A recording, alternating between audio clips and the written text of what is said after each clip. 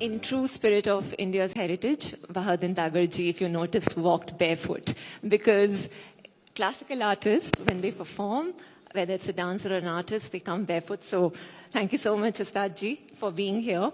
I think when it comes to art, we rather let the instrument do the talking, or as they say, the hands do the talking, Ustadji. So many over here would be very, very eager to hear what does the Rudra Veena sound like.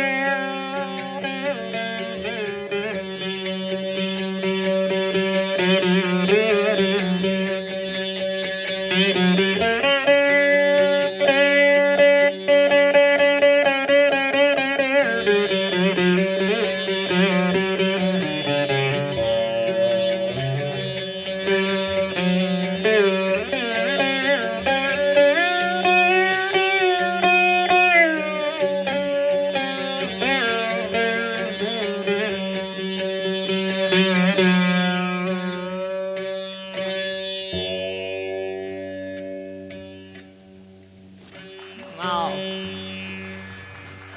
They say hearing is believing. Thank you so much, Ustadji, for a wonderful, I think the ideal sonorous start to this event. I think I'll begin with many of us in the audience are a little bit awed by this instrument. We are familiar with the sitar, we are familiar with the tanpura, right? These are stringed instruments. This is quite majestic. I was asking you, you told me it weighs around 8 to 9 kgs, this instrument. Could you tell us what's the specialty of the Rudra Veena and what makes it stand apart from the rest? Hello. Yeah. So Rudra stands for Lord Shiva. And this instrument was, it came into being around the 12th century. You want this bit? Yeah, and this, hello. This is on? Hello? Yeah. So this instrument came into being around the 12th century. It's an offshoot of the Matangi Veena and the Alapani Veena and the Matta Kokila Veena before that, which was around in 600 BC. And it is basically, it is considered a yantra, a compass of measurement. So what happens with the veena is when you have the augmented and the diminished notes in the raga, you can play them on the veena, find the correct positions. Like there is a difference between the ray of the todi and the ray of the bhairav. So that difference of how many 20 cents or 25 cents can be measured on the veena, and then you can, and then the vocalist can play it back again. And Rudra also stands for Shiva, and also Rudra means it is a kind of a instrument which cries out to you. So it has a voice that cries out in a way of a calling or in a way of getting your attention. So it's a very primordial kind of a sound. If I explain the instrument, if you look how many strings does it have? It has basically 4 main strings, 3 chikari strings, and 1 lara string, which is like a drone string. Which is like a drone string over here. And this is like it looks like it's called a brahmari, so it has to continuously, like the sound of a bee. The construction of the veena is such that if you look at this, there is a long dandi or a stem and 2 gourds. So now this is what the person who made, because I think he was probably a upasaka of Shiva. So he said that Shiva has made this, and he said this is what occurred to Shiva when he saw goddess Parvati lying with her hands open. So the long dandi is the hand of goddess Parvati. The 2 gourds are the breast of Parvati. They are also Brahma and Vishnu. He took her broken bangles and put the frets. He pulled 7 long strands of his hair and put 7 strings. He put 7 pegs over here, which represent the Saptarishi, or the constellation of 7 stars. They placed a bridge over here, from which we get the tonal quality. That is goddess Saraswati. The vehicle of goddess Saraswati, the peacock. And you have 2 openings over here, which are called the navel openings, or the Nabhi Kamal. So, and you have a first fret over here, which is adorned with 2 elephants, because the gates of heaven have the 2 elephants, and this is where it seems the heaven begins with the sound. So that's how. You have a Vasuki over here, which is the snake god, and also the snake that churned the ocean. So it's basically unlike anything that's there in Indian performing arts, isn't it? It was made from, I think, from, I don't know, I mean, probably a very divine kind of thing for him to have made a veena. Yeah. So how old were you when you started playing it, and what most struck you about it? So I began quite late. I began after the age of 16. So before that, I was just a general school boy. Went to school in Chembur, went to St. Xavier's, studied, went through my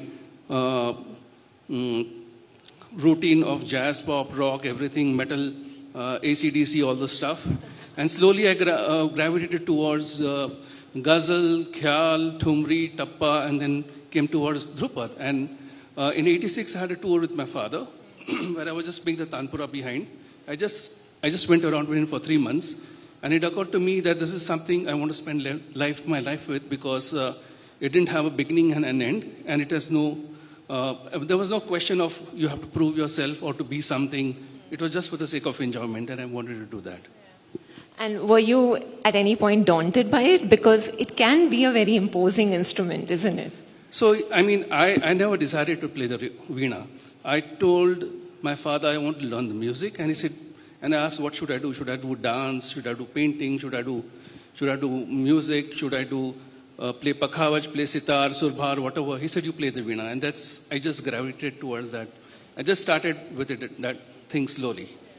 So, I mean, because this is the first time I've heard of you and I've seen the instrument, if you, I guess, Google it. But if I could ask you, how many practitioners are there of the Rudra Veena right now? How many would you say? Right now in India, there are about, you could say, roughly 8 to 9.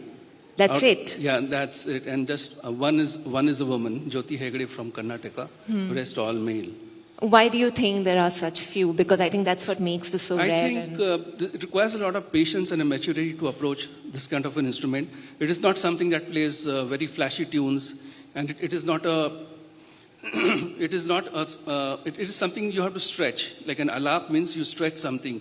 So you stretch your imagination, you stretch the rag, and by getting to know so many differences of notes and micro notes and nano notes and which fits where and what goes where, I think it just takes time to understand. I mean, I can clearly say it has taken me 30 years to even understand what is exactly this instrument want out of me. And I guess, like every artist, you'd say you're still figuring it out, isn't it? Sorry? You're still figuring it out. Yeah, I mean, it's not like you know. I mean, you know a certain part of it, but then every time when you have heard something very many years ago, either one of your ustads talked about it, and then suddenly one day you're sitting and it dawns upon you that this is what it is. So it's a continuous thing.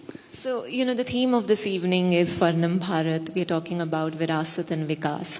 I wanted to get a perspective from you. You come from such a rich legacy. What are the challenges of promoting an instrument which is as obscure, for the lack of a better word, as this? Do you find it hard to get people to, learn it and to be devoted to it? Are people, I mean, I know you have one of your students here. Are kids eager to learn something like this? So I think it's privileged to be born into a music family because you already have a background of where music is happening the whole day. Apart from that, you have to do the hard work. It was never daunting because I never picked this up to prove a point in my life. I never picked it up that I want to do it because my father is a big musician or something. I just happened to fall in love with this art form and this medium of expression, the Rudra Veena, through this art form. So, and yes, last 20 years there have been kind of note-taking.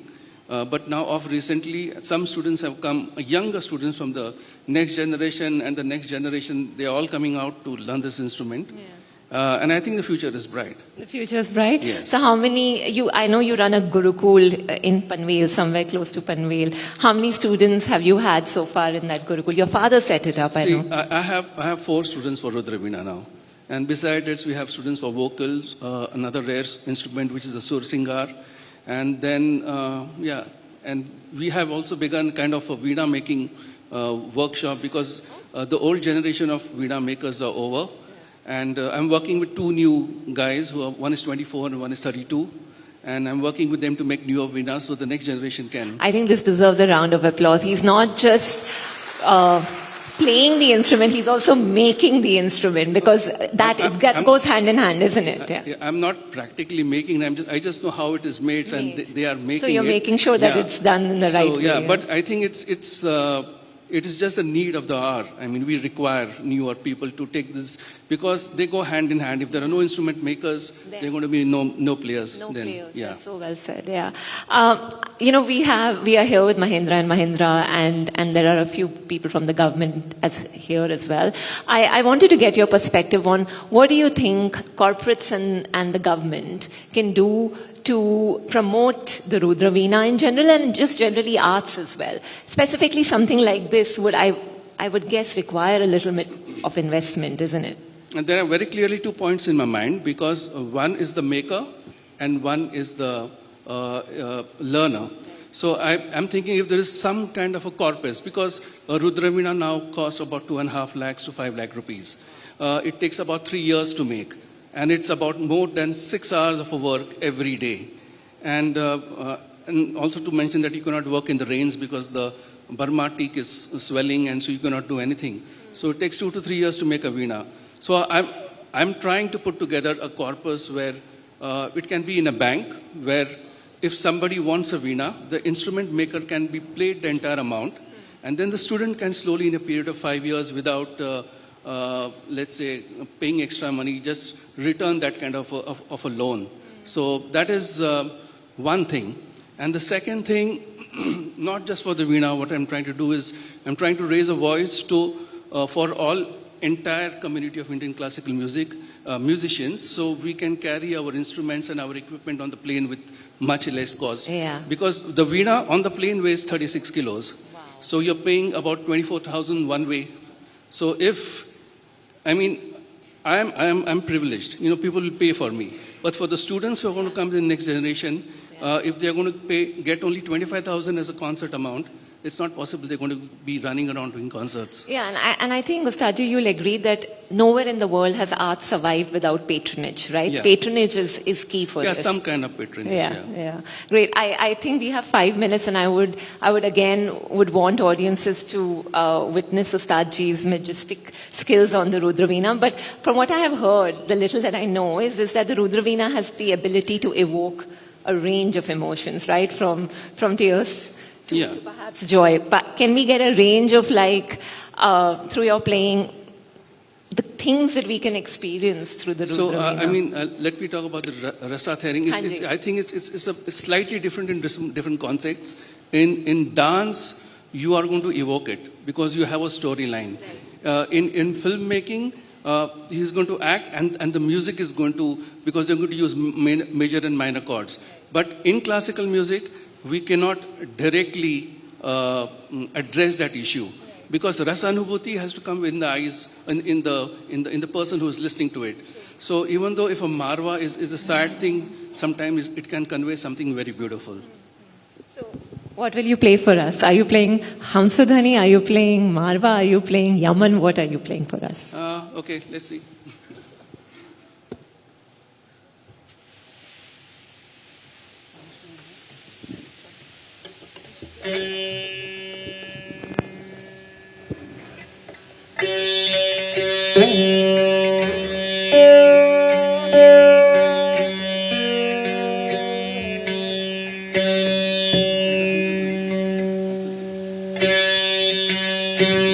He's playing the Hamsadhani.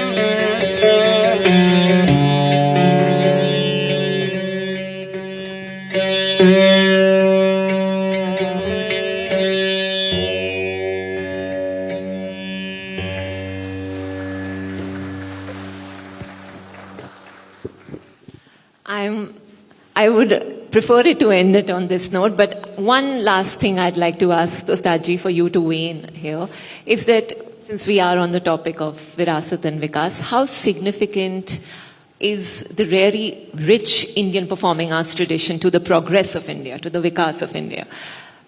I think every art is because I think the art is what uses the left hand side of the brain, and I think it's something in which the me dissolves. So we don't start thinking about us. We get absorbed into something, and then we start thinking about other things and other things that we can do.